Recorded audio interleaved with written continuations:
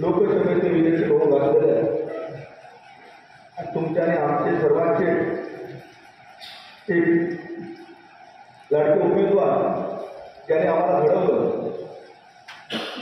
अशोकराव म्हणाले की 90 सालापासून आम्ही राजकारणामध्ये एप्रोहाली काम करतोय। 90 ते 2024 सर्विस काय खंड झाली नाही, तरी भांडलो तरी तुमच्याबरोबर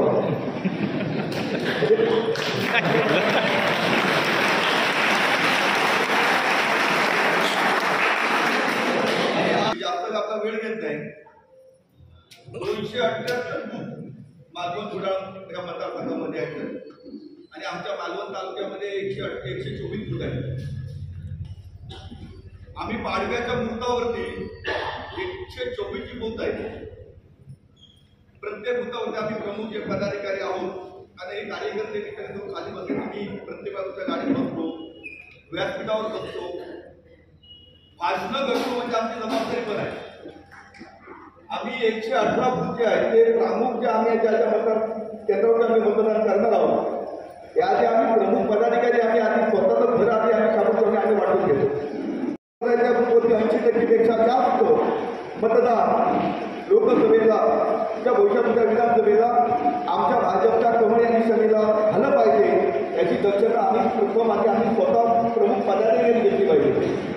आणि मालवणमध्ये 118 बूथ 124 बूथमध्ये 100पेक्षा जास्त असे पदाधिकारी आहेत की ते तालुका पातळी जिल्हा पातळीवरती काम करत आहेत, मोठ्या पदांवरती काही आजी माझी आहेत।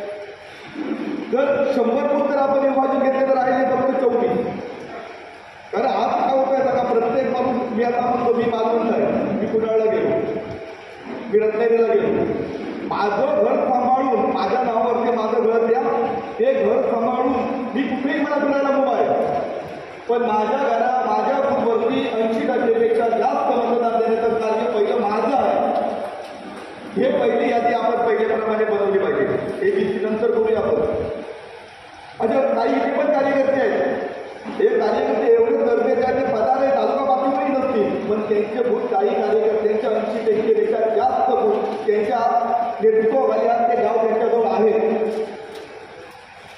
राणेसाहेबांचं जे इलेक्शन आहे हे इलेक्शन साहेब इच्छुक नव्हते, परंतु 2009 मध्ये आम्ही 90 सालापासून राणेसाहेबांच्या नेतृत्वाखाली सर्वच काम करून आम्ही कधी इलेक्शन हरायची आम्हाला सवय नव्हती, परंतु एक इलेक्शन आमच्या आयुष्यामध्ये एक वेळ राणेसाहेबांचा पराभव झाला, आमच्या निष्काळजी मनामध्ये झाला असेल, आम्हाला अतिविश्वास असल्यामुळे झाला असेल, आणि त्यावेळेपासून राणेसाहेब केंद्रीय मंत्री झाले, खासदार झाले, आमदार झाले, परंतु तो ती एक गोष्ट जी राहिली ती आमच्या हृदयामध्ये तुमच्या आमच्या सर्वांच्या ती शैल्य आजही आमच्या मनामध्ये आमच्या हृदयामध्ये आहे।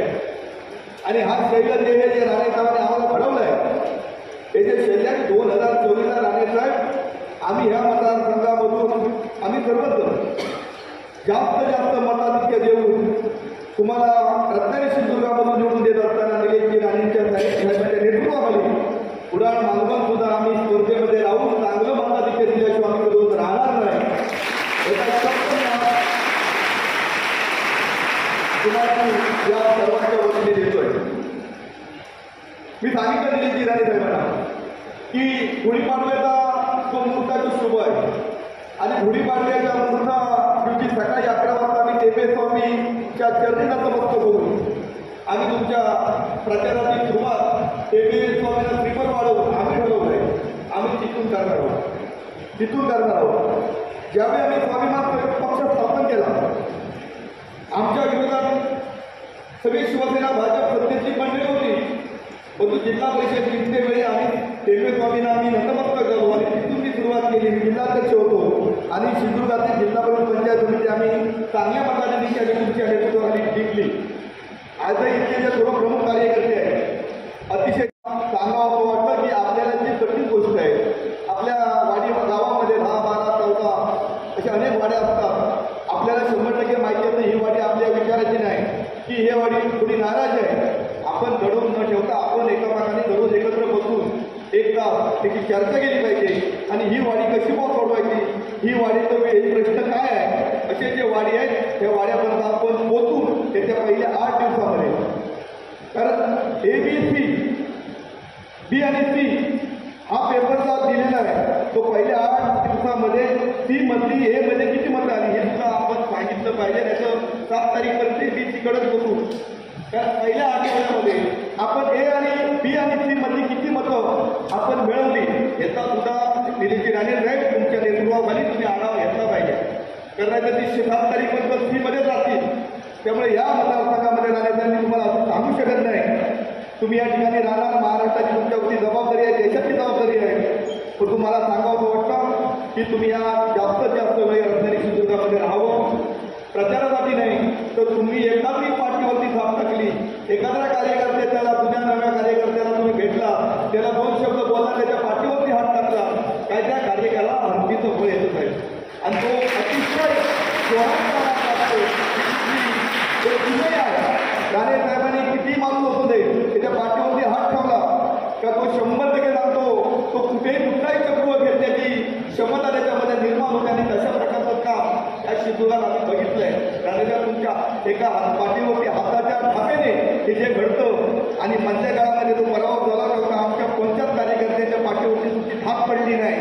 तुम्ही महाराष्ट्रापर्यंत फिरत राहिला आणि आम्ही आमचे सर्व कार्यकर्ते तुमच्या थापेची वाट पाहत होते, परंतु आम्हाला ते भाग्य लागलं नाही. तुम्ही इलेक्शनच्या आजच्या दिवशी त्या मतदारसंघामध्ये आले राणे साहेब आणि महाराष्ट्रामध्ये होते, असं होता कामा नये. तुम्ही यावेळी या मतदारसंघामध्ये जास्तीत जास्त वेळ दिला पाहिजे. निलेशजी साहेब आमच्याबरोबर आहेत, पण तुम्ही राहिलं पाहिजे. आम्ही सर्वजण या मालवण बुलढाणा मतदारसंघामधून आपल्याला 25,000पेक्षा जास्त मताधिकार देण्यासाठी आम्ही काम करू.